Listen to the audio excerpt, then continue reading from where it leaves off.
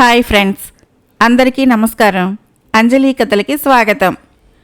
కాశీ మజిలీ కథలు 96వ భాగం. తేజోవతి కథ. తేజోవతి తల్లి అయిన పద్మావతి దగ్గరికి వెళ్ళిన చంపక ఆమెను ఓదారుస్తూ, కౌరవ్యుడికి ఏమీ కాదని, మా ముత్తాత విభీషణుడు సాయం చేస్తాడని చెప్పి అసలు ఏలాపుత్రుడితో గొడవ ఎలా వచ్చిందని అడుగగా పద్మావతి ఇలా చెప్పింది. అమ్మాయి, నన్ను ప్రాణంలాగా చూసుకునే మీరున్న ఈ లంకాపురి నాకు కొత్త కాదు. గతంలో కూడా ఓసారి వచ్చాను అంటూ పాతాళలోకం భూమికి దిగువన ఉంది. అందువలన సూర్యరశ్మి లేక ఆ లోకం చీకటిగా ఉండేది. వెలుగు కోసం బ్రహ్మదేవుడు ప్రతి స్వరానికి ప్రకాశించే ఒక్కొక్క మణిని తల మీద ఉండేలా, ఎత్తైన ప్రదేశాలలో కూడా దివ్యమైన రత్నాలుండేలా ఏర్పాటు చేశాడు. నాగకన్యలు కూడా అందంగా ఉంటారు. పాతాళలోక ప్రజలకి కూడా జరామరణ రోగాలు లేవు. ఎప్పుడూ సుఖిస్తూనే ఉంటారు. కాబట్టి వారిని భోగులు అని కూడా పిలుస్తారు. రసాతలం 4 భాగాలుగా విభజించగా అందులో పెద్ద రాజ్యాన్ని కౌరవ్యుడు పరిపాలిస్తున్నాడు. నాగజాతిలో వాసుకి వంశస్థులే మృదు స్వభావులు. మిగిలిన వారంతా, ముఖ్యంగా తక్షక వంశస్థులప్పుడు క్రూరమైన పనులు చేస్తూ అందర్నీ కవ్విస్తూ ఉంటారు. ఒకరోజు రేవతి అనే దాసి వచ్చి మేడ మీద మంచం పైన ఒక స్త్రీ పడుకొని ఉందని, పిలిచినా పలకటం లేదని చెప్పగా వెళ్ళి చూశాను. ఆ స్త్రీ అందంగా ఉంది. ఒక శిశువు ఆమె దగ్గర పాలు తాగుతున్నాడు. 4 రోజులకి కళ్ళు తెరిచిన ఆమె తన పేరు కళావతి అని, ఇక్కడికి ఎలా వచ్చానో తెలీదని, నా బిడ్డని మీ బిడ్డగా భావించి పెంచుకోమని, తాను వెళ్ళిపోతానని బాధపడగా ఆమెను సముదాయించి ఆమెని, ఆ శిశువుని మా దగ్గరే ఉంచుకున్నాం. అంతవరకు పిల్లలు లేని నాకు ఆమె రాక వేళ విశేషం వలన అందమైన ఆడపిల్ల జన్మించింది. నా కూతురి సౌందర్యానికి నాగలోకమే ఆశ్చర్యపోయింది. 5 ఏళ్లు వచ్చాక ఆమె కొడుకు జయసింహుడని, నా కూతురు తేజోవతిని కలిపి విద్యాభ్యాసం కోసం ఆశ్రమానికి పంపించాం. వాళ్ళిద్దరూ స్నేహంగా కలిసిమెలిసి తిరిగేవాళ్ళు. అయితే నాగబాలురకు అతడి మీద అసూయ. ఎంతసేపు అతన్ని తమ జాతివాడు కాదని, తేజోవతికి పుస్తకాలు మూసుకొచ్చే కూలీవాడని ఎగతాళి చేసేవారు. ఆశ్రమంలోని ఉపాధ్యాయులు కూడా వాళ్ళని ప్రోత్సహిస్తూ ఉండటంతో కోపం వచ్చిన జయసింహుడు నాగబాలురందరినీ చితకబాదాడు. అప్పుడు ఉపాధ్యాయులు పిల్లలతో వచ్చి కౌరవ్యుడికి ఫిర్యాదు చేశారు. కౌరవ్యుడు జయసింహుడిని పిలిచి విషయమేమిటని అడగగా, తాను చేసింది తప్పని తేజోవతి చెబితే ఏ శిక్షకైనా సిద్ధమని అతడు చెప్పాడు. అయితే తేజోవతి వచ్చి అతడి తప్పేమీ లేదని, ఎప్పుడూ వీళ్ళంతా కలిసి అతన్ని రెచ్చగొట్టేలా మాట్లాడుతుంటారని, సహనం నశించడం వలనే వాళ్ళందరినీ కొట్టాడని నిజం చెప్పడంతో కౌరవ్యుడు వాళ్ళనే మందలించి జయసింహుడి కోసం మరొక గురువుని ఏర్పాటు చేశాడు. అతడు చాలా తొందరగా అస్త్ర శస్త్ర విద్యల్లో ప్రావీణ్యం సంపాదించాడు. తేజోవతితో కలిసి అతడు సంగీత సాహిత్యాల్లో కూడా పండితుడయ్యాడు. యవ్వనంలోకి అడుగుపెట్టిన తేజోవతి ఒకరోజు సంగీత సాధన చేస్తూ ఉద్యానవనంలో విహరిస్తూ ఉండగా పారిజాతుడు అనే ఏలాపుత్రుడి కొడుకు చూసి మోహించి హంసిక అనే దాసిని పెళ్లి విషయమై రాయబారం పంపించాడు. తేజోవతికి అది నచ్చక తాను మరొక వీరును వరించాలనుకుంటున్నట్లు పారిజాతుడిని మోహం వేయడమని రేవతితో చెప్పి పంపించింది. ఆ మాటలకి మరో 10 మాటలు కలిపి చెప్పి హంసిక పారిజాతుడిని రెచ్చగొట్టింది. అదంతా నిజమని నమ్మిన పారిజాతుడు తనను విద్యాహనుడని, వివేకశూన్యుడని తేజోవతి అవమానించిందని బాధపడ్డాడు. తన తండ్రి ఏలాపుత్రుడికి ఇదంతా చెప్పడంతో అతడు కౌరవ్యుడి మీద ప్రతీకారం తీర్చుకుందామనుకున్నాడు. మిగిలిన మంత్రులంతా అది మంచిది కాదని, కౌరవ్యుడికి విభీషణుడి అండ ఉందని, అందువల్ల జరిగిన దాంట్లో నిజమెంతవరకు ఉందో ముందు తెలుసుకోవాలని చెప్పినా శిశ్రుమారుడనే మంత్రి మాత్రం ఆ మాటలను ఖండిస్తూ, రాజకుమారుడు అబద్ధం చెప్పడని, మన లోకంలోని రాక్షసులందరికీ విభీషణుడి మీద కోపం ఉంది కాబట్టి, లంకాపురి సైన్యం బలహీనమైంది కాబట్టి యుద్ధం వచ్చినా సమర్థవంతంగా ఎదుర్కోగలమని చెప్పాడు. కానీ వేణీస్కందుడు అనే మంత్రి యుద్ధం సంగతి తర్వాత ఆలోచించవచ్చునని తేజోవతిని పారిజాతుడికి ఇవ్వమని కౌరవ్యుడికి రాయబారం పంపుదామని చెప్పడంతో ఏలాపుత్రుడు ఆ బాధ్యతను శిశుమారుడికి అప్పగించాడు. అయితే అతడు ఏలాపుత్రుడు గర్వాన్ని ప్రతిబింబిస్తూ కౌరవ్యుడి స్థాయిని తగ్గించి రాయబారం పంపించి పిల్లనివ్వమని అడిగాడు. అందుకు సహజంగానే కోపం వచ్చిన కౌరవ్యుడు తన స్థాయి పెరిగాకే సంబంధం కలుపుకుంటామని ప్రత్యుత్తరం ఇచ్చాడు. ఈ విధంగా రాయబారాలతో 6 నెలలు గడిచాక గూఢాచారులు వచ్చి అసలు ఏలాపుత్రుడు మొదట మాకు రాయబారం పంపించి తేజోవతిని ఇవ్వమని అడగటానికి గల కారణం తెలియజేశారు.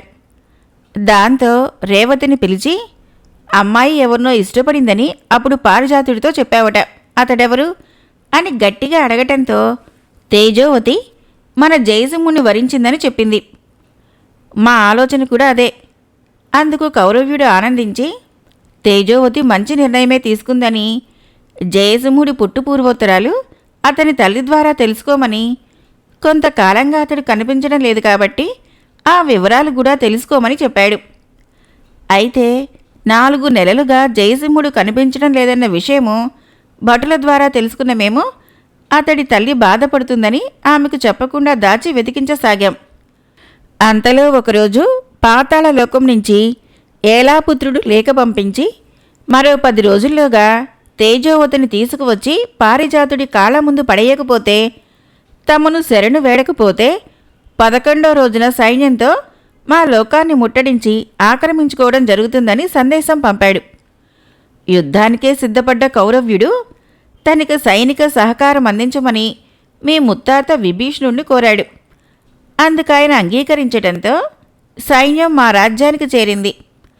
యుద్ధంలో మొదట మనదే పైచేయి అయినా వారి సైన్యంలో ఆ యోధుడుండటం వలన విజయం మన చేయి దాటిపోయిందనే పరిస్థితికి వచ్చింది. కౌరవ్యుడు మాత్రం చివరిదాకా పోరాడతానంటున్నాడు. ఇదే మా వృత్తాంతం అని ముగించింది పద్మావతి. అది విని చంపక తేజోవతిని అనునయిస్తూ జయసింహుని ఎలాగైనా వెతికి తెచ్చి నీతో వివాహం చేయిస్తాను అంది. అప్పుడు తేజోవతి బాధపడుతూ, అక్క, ఈ యుద్ధమంతటికీ మూల కారణం నేనే. అసలు నేను పుట్టకపోయుంటే వీళ్ళని బాధలు పడేవారు కాదు. చిన్నతనంలోనే నా తల్లి నాకు అలంకరించిన శిరోమణిని ఈ మధ్యనే ఎక్కడో జార విడిచాను. మా వంశంలోని ప్రముఖురాలు వాసుకి అందించిన మణి అది. దానికో ప్రత్యేకత ఉంది. దాన్ని ధరించిన వారు మాయమైపోతారు, కానీ అన్నీ చూడగలుగుతారు. అది ఇప్పుడు ఉండి ఉంటే నా తండ్రికి ఎంతగానో ఉపయోగపడేది అని చంపకతో అంది. వీరసింహుడు వారికి కొంచెం దూరంగా ఉండటం వలన వాళ్ళు మాట్లాడుకుంటున్న మాటలు అస్పష్టంగానే వినిపించాయి. చంపక తేజోవతులు దగ్గరగా కూర్చొని ఉండటంతో వాళ్ళ అందాన్ని చూసి మైమరిచిపోతున్నాడు. తేజోవతి అంత అందంగా ఉంది కాబట్టే పారిజాతుడు ఆమెపై మనసు పడ్డాడని, అందులో ఆశ్చర్యం ఏమీ లేదని అనుకున్నాడు. అయితే తేజోవతి జయసింహుని వరించింది కాబట్టి ఇక ఆమె గురించిన ఆలోచనలు కట్టిపెట్టి చంపకను వరించడం మంచిదని, మాయారూపంలో ఇలా తిరగడం వల్ల ఉపయోగం లేదు కాబట్టి కనీసం ఇక్కడున్న ఈ స్త్రీలకైనా కనిపిస్తానని నిర్ణయించుకున్న వీరసింహుడు తన మెడలో ఉన్న రత్నాన్ని తీసి గోడకి తగిలించి వారి ముందు ప్రత్యక్షమయ్యాడు. ముందుగా అతన్ని చూసిన తేజోవతి అదుగో జయసింహుడు అని అరిచింది. వెంటనే దగ్గరికి వెళ్ళి ఇక్కడికి ఎలా వచ్చావని, ఇంతకాలం ఏమైపోయావని ప్రశ్నించింది. ఈ పరిణామానికి ఆశ్చర్యపోయిన వీరసింహుడు ఏమీ మాట్లాడలేకపోయాడు. అతన్ని చూసిన చంపక తేజోవతితో అందగాడిని, పరాక్రమవంతుడిని ఎంచుకున్నావు అనడంతో ఆమె సిగ్గుపడింది. యుద్ధం జరుగుతోందని తేజోవతి చెప్పడంతో వీరసింహుడు ఈ ఆపద నుంచి కౌరవ్యుని రక్షిస్తానని వాగ్దానం చేస్తున్నాను. 10 రోజుల్లోగా శత్రు సైన్యాన్నంతా తరిమేసి మీ తండ్రిని పాతాళలోకానికి పట్టాభిషక్తుని చేస్తాను అన్నాడు. అతడి కంఠస్వరంలోని మార్పును గమనించిన తేజోవతి ఇతను నిజంగా జయసింహుడేనా అని సందేహించినా అంతటి వాగ్దానం చేశాడు కాబట్టి జయసింహుడు అయ్యుంటాడని, వయస్సు వల్లే స్వరం మారి ఉంటుందని సమాధానపడింది. ఇంతలో విభీషణ మహారాజు గారు వస్తున్నారంటూ రాజభటులు వచ్చి హడావుడి చేయటంతో ఆ సందడిలో వీరసింహుడు రత్నాన్ని మళ్లీ ధరించి మాయమైపోయాడు. అందరూ రాజుగారి రాక కోసం ఎదురు చూడసాగారు. చామరిక అతడితో ఇంకొంచెం సేపు మాట్లాడటానికి కుదరలేదు. ముత్తాత అప్పుడే రావాలా? అతడి స్వరంలో తేడా ఉందని తేజవతి చెప్పింది. అది నిజమైతే బాగుండు. నేను అతన్ని వరించడానికి ఆమె ఒప్పుకుంటుందా అంటూ చంపక జయసింహుడి సుందర రూపం చూసి మోహ పరవశంతో తన్మయురాలైంది. అప్పుడు చామరిక జయసింహుణ్ణి వెతికి తీసుకురావటానికి వేగుల్ని పంపినట్లు, అతను వచ్చాక తానే స్వయంగా యుద్ధంలో పాల్గొనటానికి నిర్ణయించుకున్నట్లు, ఈరోజు అందుకొక సమావేశం నిర్వహిస్తున్నట్లు విభీషణ మహారాజు పద్మావతితో చెప్పగా విన్నానంది. ఆ సమావేశానికి తాను కూడా వెళ్ళి జయసింహుడి విషయాలుంటే రహస్యంగా తెలుసుకొని వస్తానని చెప్పి చామరిక అక్కడికి వెళ్ళింది. అక్కడ ప్రహస్తుడి సూచన మేరకు మర్మగ్నుడనే గూఢచారి లేచి విభీషణుడితో ఇలా చెప్పసాగాడు. మహారాజా, శత్రు శిబిరాల్లో తిరిగి మేము అనేక విషయాలు తెలుసుకున్నాం. బలిచక్రవర్తి ఎన్నో ఏళ్ల నుంచి ధ్యానంలో ఉండటం వలన తలాతలానికి కాపలా పెట్టే సంగతి ఎవరూ పట్టించుకోవటం లేదు. దాంతో రసాతలంలోని రాక్షసులు యథేచ్ఛగా రాకపోకలు సాగిస్తున్నారు. నాగలోకంలోని కొన్ని మణులను అపహరించి తెచ్చుకోవటం వలన పాతాళలోకంలో కన్నా ఎక్కువ కాంతివంతంగా తలాతలం ప్రకాశిస్తోంది. వజ్రకంఠుడు పాలిస్తున్న ఆ రాజ్యంలో ఎన్నో అకృత్యాలు జరుగుతున్నాయి. అక్కడి రాక్షసులు పచ్చి మాంసం తింటూ రక్తం తాగుతున్నారు. కానీ అటువంటి పాడు లోకంలో కూడా ఒక తపస్వి ఉన్నాడు. అతని తపోబలం వలన రాక్షసులు కనీసం అతని మీద చేయి వేయలేకపోయారు. వజ్రకంఠుడికి ఆ మహర్షి మాట వేదవాక్కు. రాక్షసులు ఎంత పాపం చేసినా ఆ యోగి కోపగించుకోక అందర్నీ తన సొంత బిడ్డల్లా చూసుకునేవాడు. కొంతకాలం క్రితం ఒక మానవుడు స్పృహ తప్పి ఆ లోకంలో పడి ఉండటం గమనించిన రాక్షసులు ఆ నరమాంసం కోసం తమలో తాము కొట్టుకోసాగారు. అంతలో మెలకువ వచ్చిన ఆ మానవుడు రాక్షసులందర్నీ దండించి అక్కడి నుంచి తరిమేశాడు. రాజు ఎంతమంది సైన్యాన్ని పంపినా ఆ యోధుడి ముందు నిలబడలేకపోయారు. ఆ వీరుడి గొప్పదనం గుర్తించిన వజ్రకంఠుడు మహర్షి దగ్గరికి వచ్చి, ఆ మానవుడి బారి నుంచి మమ్మల్ని రక్షించండి అంటూ ప్రార్థించాడు. దాంతో తనకి వీలైనంత సహాయం చేస్తానని అభయమిచ్చిన ఆ మహర్షి దగ్గరికి రాక్షసులు కవ్వించి ఆ వీరుణ్ణి తీసుకుని వచ్చారు. యోగిని చూసి సాష్టాంగ నమస్కారం చేసిన అతడితో అమాయకులైన రాక్షసుల్ని చంపొద్దని, హింస మానేయమని యోగి హితోపదేశం చేశాడు. అప్పుడు అతడు, నువ్వు చెప్పినట్లే చేస్తాను. వీళ్ళని కూడా ఆ చెడ్డ పనులు ఆపేయమని చెప్పండి. తల్లిదండ్రులు నాకు పేరు పెట్టకపోయినా అందరూ నన్ను హరిదాసు అని పిలుస్తారు. ఇంతమంది క్రూరుల మధ్య ఎలా ఉండగలుగుతున్నావు అన్నాడు. ప్రాణుల సహజ స్వభావాల్ని మార్చటం ఎవరికీ సాధ్యం కాదని చెప్పిన ఆ యోగి హరిదాసుని తన శిష్యుడిగా చేసుకున్నాడు. అంతలో ఒకరోజు వజ్రకంఠుడు మహర్షి దగ్గరికి వచ్చి, నా బంధువు ఏలాపుత్రుడు యుద్ధం చేయబోతూ నా సహాయం కోరాడు. శత్రువులు బలసంపన్నులు కావటం వలన మన లోకంలోని రాక్షసులందరూ యుద్ధంలో పాల్గొనాల్సి ఉంది. అయినా మనమే గెలవాలంటే హరిదాసుడు పాల్గొనాల్సిందే. అతడు మీ మాటే వింటాడు, మీరే ఒప్పించండి అని ప్రార్థించాడు. హరిదాసును పిలిపించిన మహర్షి, సమరమంటే సంబరపడే నువ్వు ఈ రాక్షసులని శత్రువుల నుంచి రక్షించి విజయం సాధించు అని చెప్పడంతో ఆనందంగా అంగీకరించాడు. హరిదాసు అతన్ని వజ్రకంఠుడికి అప్పగించిన ఆ మహర్షి, రాజునే నీ తండ్రిగా భావించు అని హరిదాసుకు చెప్పాడు. శత్రువుల గురించి మొత్తం విషయాలు తెలియజేసిన వజ్రకంఠుడు విభీషణుడి సేన సహాయంతో యుద్ధం చేయబోయే కౌరవ్యుణ్ణి నువ్వే మా సర్వ సైన్యాధ్యక్షుడిగా ఎదుర్కోగలవు అనటంతో పాతాళానికి సైన్యంతో సహా వచ్చిన హరిదాసు ధైర్య పరాక్రమాలతో చెలరేగి మన వాళ్ళందరినీ తరిమేశాడు. మనము ఆ మహర్షిని వేడుకొని హరిదాసుని రణరంగం నుంచి తొలగింపజేస్తే మనం విజయం సాధించగలము అని మర్మజ్ఞుడు చెప్పగా, అంతలో మరొక గూఢాచారి వచ్చి తనను తిరస్కరించిన తేజోవతి జయసింహుణ్ణి వరించిందన్న కోపంతో పారిజాతుడు అతన్ని బంధించి నూతిలో తోసి చంపేశాడని తెలిసింది. ఇందుకు ప్రతీకారం తీర్చుకోవాలి అని చెప్పి నిష్క్రమించాడు. కలభాషిణి కథ. ఆహా, అంతా నా పూర్వజన్మ ఫలం. చంపక చామరికతో అన్న మాటలు విన నేను ధన్యునయ్యాను. తేజోవతి నన్ను చూసి జయసింహుడు అని భ్రమించిందంటే మా మధ్య అన్ని పోలికలు ఉన్నాయన్నమాట. జయసింహుడు నా సోదరుడే అయితే ఎంత బాగుండు అనుకుంటూ విభీషణుడితో పాటు ఈ రాత్రికే తాను కూడా పాతాళానికి వెళ్తానని, అంతవరకు చంపక ఏం మాట్లాడుకుంటుందో వింటానని నిర్ణయించుకుని వీరసింహుడు అంతఃపురానికి చేరుకున్నాడు. అక్కడ వాతావరణమంతా గంభీరంగా ఉంది. జయసింహుడు మరణించాడన్న వార్త తెలుసుకున్న తేజోవతి దుఃఖిస్తూ తాను కూడా మరణిస్తానంటోంది. చంపక ఆమెను ఓదార్చుతూ, నిన్న మనకి కనపడ్డాడు కాబట్టి ఈ వార్త నిజం కాకపోవచ్చు అంది. అప్పుడు తేజోవతి, కంఠస్వరంలో వ్యత్యాసముంది కాబట్టి అతడు జయసింహుడు కాదని, పారిజాతుడు చంపేశాడన్నదే నిజమని, అతడే బతుకుంటే యుద్ధంలో ఈ పాటికే విజయం సాధించి ఉండేవాళ్ళమని చెప్పి విలపించసాగింది.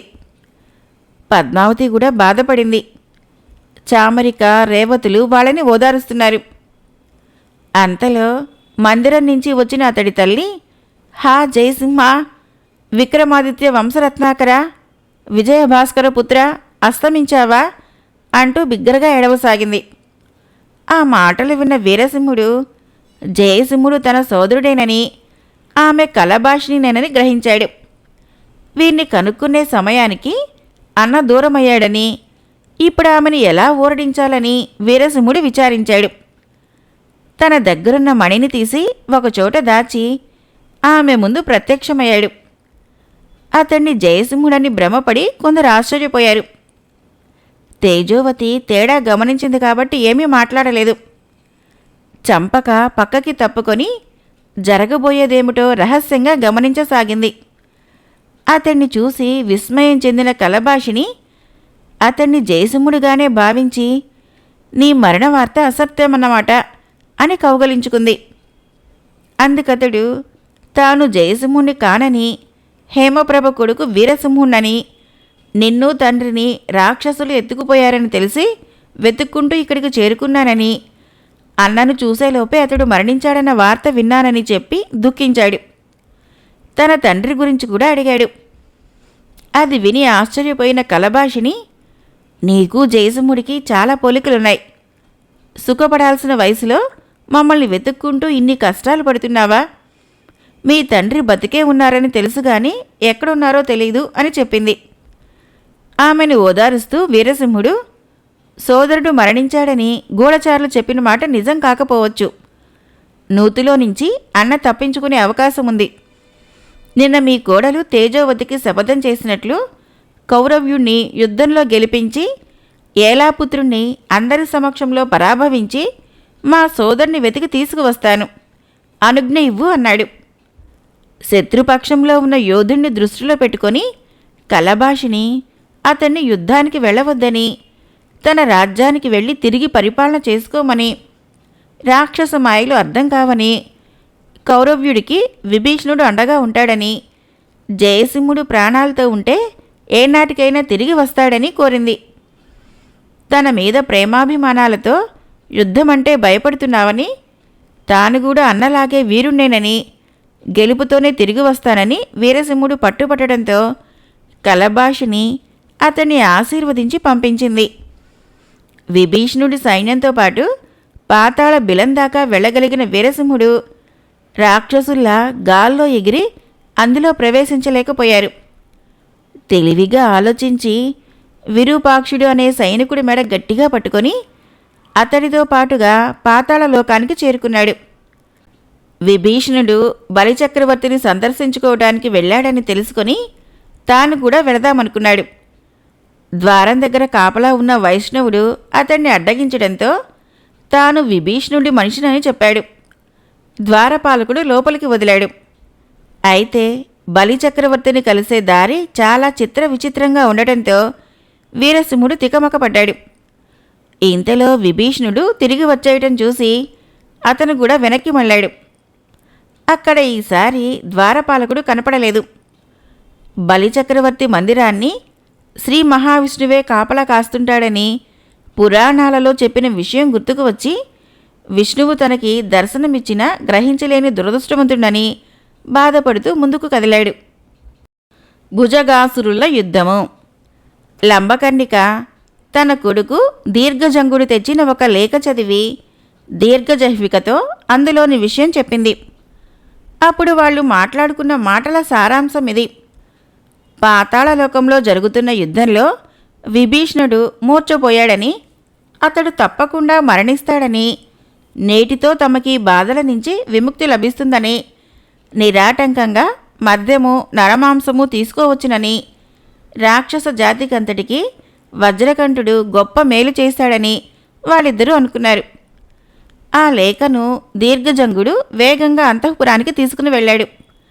అక్కడ చంపక అడగటంతో కలభాషిని జయసింహుడు వీరసింహుడు వేరువేరని, వీరసింహుడు హేమప్రభ పుత్రుడని, విక్రమార్కుడి మనవుడు విజయభాస్కరుడి ఇద్దరు భార్యల్లో హేమప్రభ మొదటిదని, తాను రెండవదాన్నని చెప్పింది. తేజోవతి యుద్ధ సంగతులేమైనా తెలిసాయా అని అడగటంతో దీర్ఘజంగుడు ముందుకు వచ్చి తాను పాతాళలోకం నుంచి వచ్చిన పరిచారకుడినని, ప్రహస్తుడు కుమారుడు ఈ లేఖని అందజేయమన్నాడని చెప్పి ఆ ఉత్తరాన్ని చంపకకి ఇచ్చాడు. అందులో ఇలా ఉంది: ఇప్పుడు మనము ఓటమి అంచుల్లో ఉన్నామని, పారిజాతుడి ప్రోద్బలంతో వజ్రకంఠుడు లంకాపురికి వచ్చి తేజోవతిని అపహరించాలనే ఆలోచనలో ఉన్నట్లు తెలిసిందని, కాబట్టి అంతఃపురంలోని వారందరూ తప్పించుకోవటానికి సిద్ధంగా ఉండాలని ప్రహస్తుడి కుమారుడు అందులో రాశాడు. అది నమ్మకస్యం కాకపోవటంతో అసలక్కడ ఏం జరిగిందో చెప్పమని చంపగా అడగటంతో దీర్ఘజంగుడు ఇలా చెప్పసాగాడు: దేవి, సర్వ సైన్యంతో పాతాళలోకానికి చేరిన విభీషణ మహారాజు బలిచక్రవర్తిని దర్శించుకొని భోగావతి నగరంలో యుద్ధబేరి మోగించాడు. ఇరుపక్షాల మధ్య భీకర పోరు మొదలైంది. విభీషణుడు గదాయుధంతో శత్రు సైన్యాన్నంతా సమర్థవంతంగా ఎదుర్కొని వాళ్ళందర్నీ తరిమివేశారు.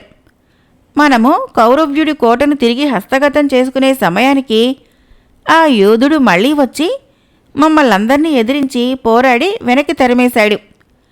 రణరంగంలో అతడు ఎంతో పరాక్రమంతో ధైర్య సాహసాలతో ఒక్కడే మా సైన్యమంతటినీ సంహరించాడు. ప్రహస్తుణ్ణి, చిన్న విభీషణుణ్ణి కూడా ఓడించాడు. అది చూసి విభీషణ చక్రవర్తి తన గదతో అతడితో ద్వంద్వయుద్ధం సాగించారు. వారి మధ్య భీముడు దుర్యోధనుల మాదిరి పోరు జరిగింది. అతడి గదాఘాతానికి విభీషణుల వారు మూర్ఛపోయారు. ఆ యోధుడు ఇక యుద్ధం ఇష్టం లేక అక్కడి నుంచి వెళ్ళిపోయాడు. అయితే వజ్రకంఠుడు, పారిజాతుడు లంకాపురి మీదకి దండెత్తి వచ్చి తేజోవతిని, ఇతర నాగకన్యల్ని చెరపట్టాలనుకుంటున్నారు. వేగుల ద్వారా ఈ విషయం తెలుసుకున్న ప్రహస్తుడి పుత్రుడు మీకిలా సమాచారం అందించాడు అని చెప్పాడు. అంతా విన్న చంపక బాధపడుతూ తేజోవతికి ఏదో చెప్పబోతూ ఉండగా మరో గూఢాచారి ఇంకో లేఖని ఆమెకు అందించాడు. కోట దాటి ఎవ్వరూ బయటికి వెళ్ళనవసరం లేదని, మనల్నే విజయం వరించబోతున్నదని శార్దూలుడు ఆ వివరమంతా చెబుతాడని ఆ లేఖ సారాంశం. అప్పుడు శార్దూలుడు ఇలా చెప్పసాగాడు: అమ్మా, మన వాళ్ళింకా మూర్ఛ నుంచి తేరుకోలేదు. అయినా గెలవగలుగుతున్నామంటే అదంతా ఒక్క వీరుడు గొప్పతనమే. మన సైన్యంలో ఎలా చేరాడో తెలియదు, కానీ నిరాసక్తంగా ఉన్న మన సైనికులందరిలో ఉత్సాహాన్ని నింపి సమరశంఖం పూరించి యుద్ధభూమిలో చెండ ప్రచండంగా మారి శత్రుమూకని చెల్లా చెదురు చేశాడు. శత్రు శిబిరంలోని యోధుడు ఇంకా యుద్ధానికి రాలేదు. ఇంతవరకే నేను చూసొచ్చాను. చంపక వాళ్ళని పంపించేసి ఆనందంగా కలభాషినితో, మీ పుత్రుడు వీరసింహుడు మన తరపున యుద్ధంలో పాల్గొని వీరోచితంగా పోరాడుతూ విజయానికి బాటలు వేస్తున్నాడన్నమాట అంది. జయసింహుడి గురించి ఏమైనా తెలిసిందా? అని తేజోవతి అడగటంతో మర్చిపోయానని, ఈసారి గూఢాచారులు వచ్చినప్పుడు అడుగుతానని చంపక చెప్పింది. యుద్ధం గురించే చర్చించుకుంటూ ఆ రాత్రిని గడిపిన వాళ్ళు మరునాడు శార్దూలుడు రాగానే, విభీషణుడు మూర్ఛ నుంచి తేరుకున్నాడా, యుద్ధంలో గెలిచామా అని ఆత్రంగా ప్రశ్నించారు. అప్పుడు అతను ఇలా చెప్పాడు: దేవి, మనమే గెలిచాం. అందరూ మూర్ఛ నుంచి తేరుకున్నారు. కోటను హస్తగతం చేసుకున్నాం. మన వీరుడి పరాక్రమాన్ని వర్ణించటానికి మాటలు చాలవు. అతడు ఎంతో ధైర్య సాహసాలతో శత్రువులను ఎదుర్కొన్నాడు. అప్పటికి కూడా శత్రుపక్షంలోని యోధుడు యుద్ధానికి రాకపోవడంతో మన వీరుడి ప్రతాపానికి భయపడి అతను యుద్ధం మానుకున్నాడని కొందరు అనుకున్నారు. వజ్రకంఠుడు అతన్ని బ్రతిమాలినా పోరాడేందుకు అతడు ఆసక్తి చూపలేదు. దాంతో వజ్రకంఠుడు తలాతలంలోని మహర్షి దగ్గరికెళ్ళి జరిగిందంతా వివరించి, మీ శిష్యుడు యుద్ధంలో పాల్గొనకపోతే మేమంతా ప్రాణాలు కోల్పోవలసి వస్తుంది, మీరైనా వచ్చి చెప్పండి అంటూ ప్రాధేయపడ్డాడు. అప్పుడు ఆ మహర్షి పాతాళ లోకానికి వచ్చి స్వయంగా అతనితో మాట్లాడి యుద్ధ సముఖుణ్ణి చేశాడు. గుర్రమెక్కి వేగంగా యుద్ధరంగానికి చేరుకున్న అతడు మన వీరుడితో 3 రోజుల పాటు ఏకధాటిగా పోరాడాడు. అయినా ఎవరూ ఓడిపోవటం కానీ గెలవటం కానీ జరగలేదు.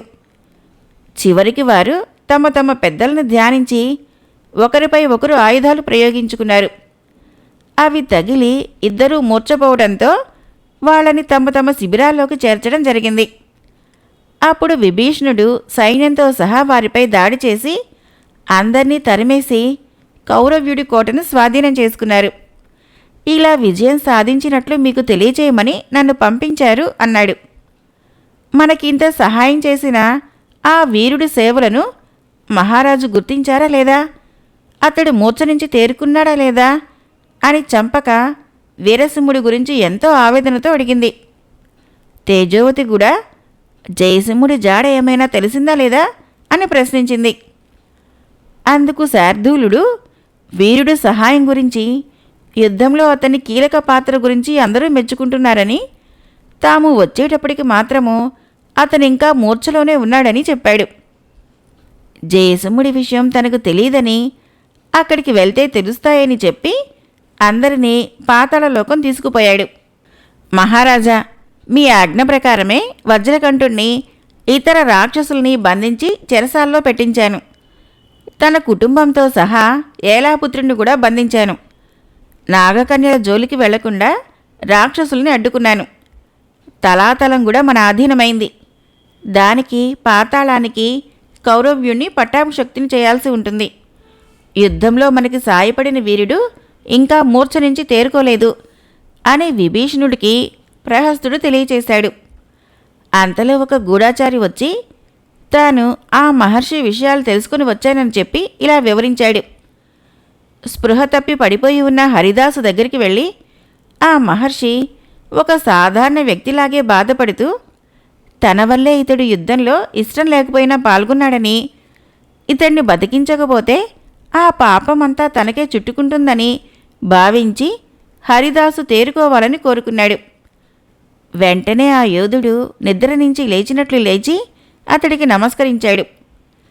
ఇప్పుడు ఆ యోధుడు మన మీదకి దండెత్తి వస్తే అతన్ని ఎదిరించి పోరాడి మనం గెలవలేమని, మనం కూడా ఆ మహర్షి దగ్గరికి వెళ్ళి మన వీరుణ్ణి కూడా బ్రతికించమని ప్రార్థిద్దామని ఆలోచిద్దాం అని ప్రహస్తుడు అనటంతో గూఢాచారి మళ్ళీ ఇలా చెప్పసాగాడు.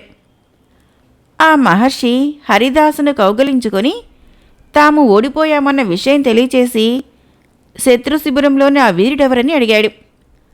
అప్పుడు ఆ హరిదాసు తాను కృతజ్ఞుణ్ణని బాధపడుతూ తన వృత్తాంతం చెప్పాడు.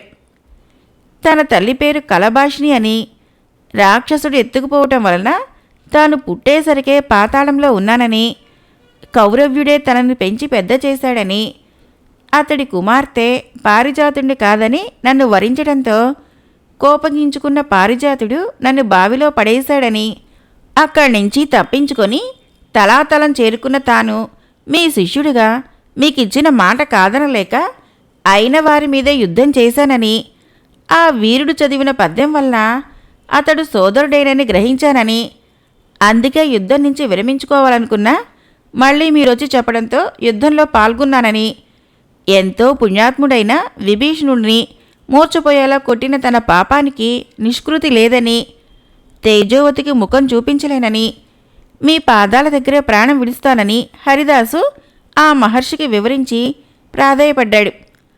కాబట్టి అతడికి యుద్ధం చేయడు. ఆ మాటలు విన్న విభీషణుడు హరిదాసే జయసింహుడని గ్రహించి, గురువుకి ఇచ్చిన మాట కోసం అయిన వారినే లెక్క చేయకుండా పోరాడుతున్నందుకు అతన్ని మెచ్చుకున్నాడు. వీరసింహుణ్ణి కూడా బ్రతికించడం కోసం ఈ యోగి దగ్గరికి వెళదామని చెప్పి అందర్నీ అక్కడికి తీసుకువెళ్ళాడు. మహర్షి విభీషణుడికి ఎదురేగి స్వాగతం పలికి ప్రస్తుతించాడు. తపో సంపన్నుడివైన నువ్వు అండగా ఉండటం వలనే రాక్షసులు విజయం సాధించగలిగారు. అయినా ఈ లోకానికి ఎలా వచ్చావు? ఈ దుష్టులకు ఎందుకు సహాయం చేస్తున్నావు అని విభీషణుడు ఆ యోగిని అడగటంతో అతడిలా చెప్పడం ప్రారంభించాడు. మహాత్మా, నీలాంటి విష్ణుభక్తుడి ముందు అసత్యం చెప్పలేను. నేను విక్రమాదిత్యుని మనవుడిని. నా పేరు విజయభాస్కరుడు. రక్తాక్షుడనే రాక్షసులు నన్ను నా భార్యను బంధించి ఇక్కడికి తీసుకువచ్చాడు. అయితే నా యోగబలం వల్ల వీళ్ళు నన్నేమీ చేయలేకపోయారు. క్రమంగా అందరూ నన్ను గౌరవిస్తూ పూజించడం మొదలుపెట్టారు.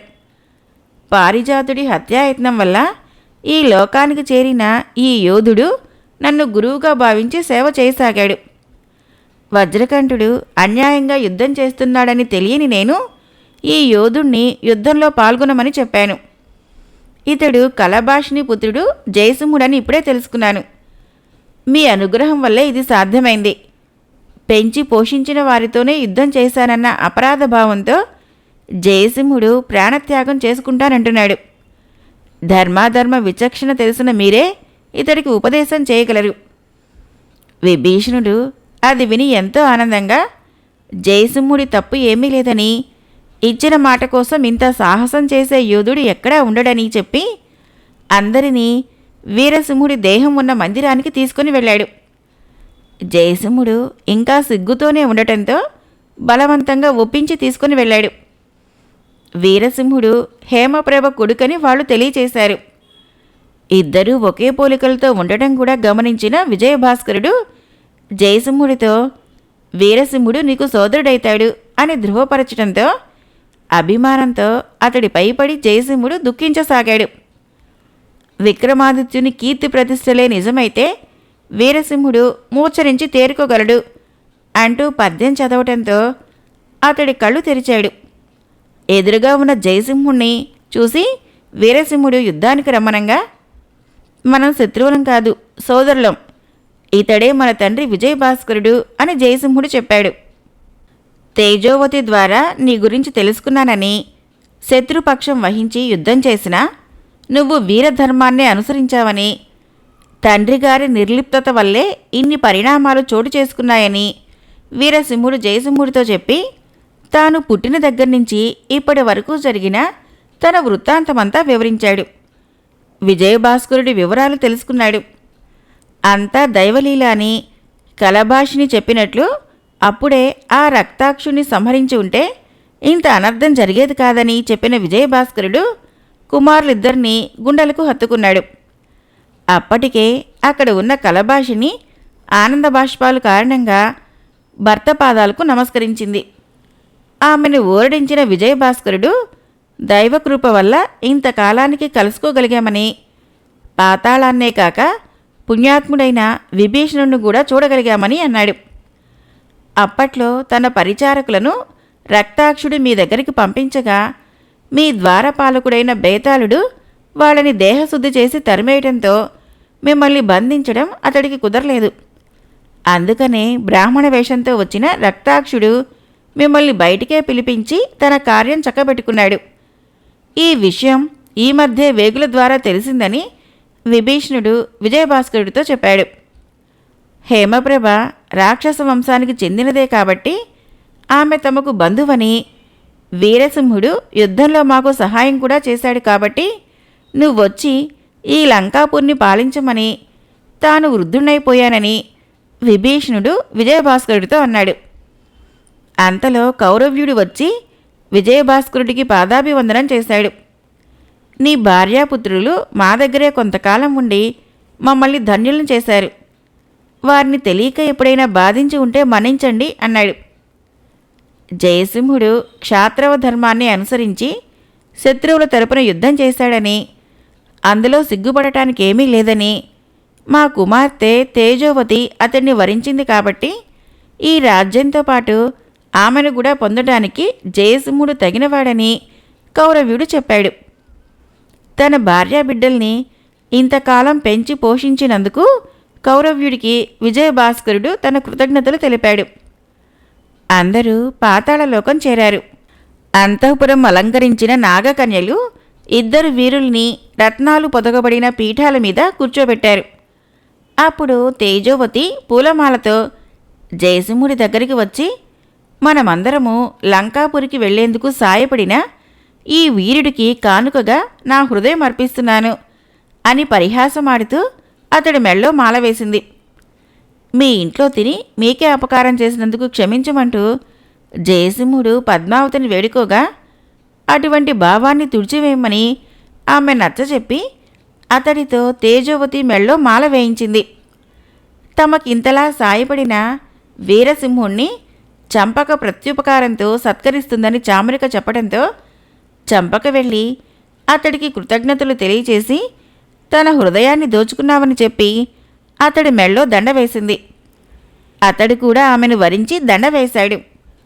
మరుసటి రోజు ఏలాపుత్రుణ్ణి సభలోకి తీసుకొని వచ్చి అతడి తప్పుల్ని నిరూపించి అతడి ఆధీనంలోని చాలా రాజ్యాలని విభీషణుడు స్వాధీనం చేసుకున్నాడు. మొత్తం వాటన్నిటికీ కౌరవ్యుణ్ణి పట్టాభిషిక్తుణ్ణి చేశాడు. అతడు మంచి ముహూర్తాలలో జయసింహుడు తేజోవతి వీరసింహుడు చంపకల వివాహం జరిపించాడు. తనకి దొరికిన మణి పారిజాతుడిదని తెలుసుకున్న వీరసింహుడు దాన్ని అతడికి ఇచ్చినా తీసుకోవటానికి అతను నిరాకరించాడు. విభీషణుడి దగ్గర సెలవు పుచ్చుకొని భార్యాపుత్రులు కోడళ్ళు దాసి జనాలతో సహా తన రాజ్యం చేరిన విజయభాస్కరుడు హేమప్రభని తన తల్లిని కలిసి వాళ్ళకి ఆనందం కలిగించాడు. తమ రాజ్యానికి వీలైనప్పుడు రమ్మంటూ విభీషణుడు వారికి ఒక విమానాన్ని అందించాడు. ఎన్ని ప్రమాదాలు సంభవించినా రాసి పెట్టి లేనిదే మరణం సంభవించదని తెలియజేస్తూ విజయభాస్కరుడు చాలా కాలం రాజ్యపాలన చేశాడు అని చెప్పిన మణిసిద్ధుడు, గోపా, ఆశ్చర్యం కలిగించే విజయభాస్కరుడి కథ విన్నా చదివినా వారి పవిత్రులై అనుకున్నది పొందగలుగుతారు అని తెలియజేశాడు. గోపాలుడు ఆ కథనే సంతోషంగా తలుచుకుంటూ గురువుతో పాటు తరువాత మజిలీకి పయనమయ్యాడు. కాశీ మజిలీ కథలు 96వ భాగం సమాప్తం. ఫ్రెండ్స్, నా కథలు నచ్చినట్లయితే మన ఛానల్ని తప్పకుండా సబ్స్క్రైబ్ చేయండి, లైక్ చేయండి, షేర్ చేయండి, కామెంట్ చేయండి. Thank you.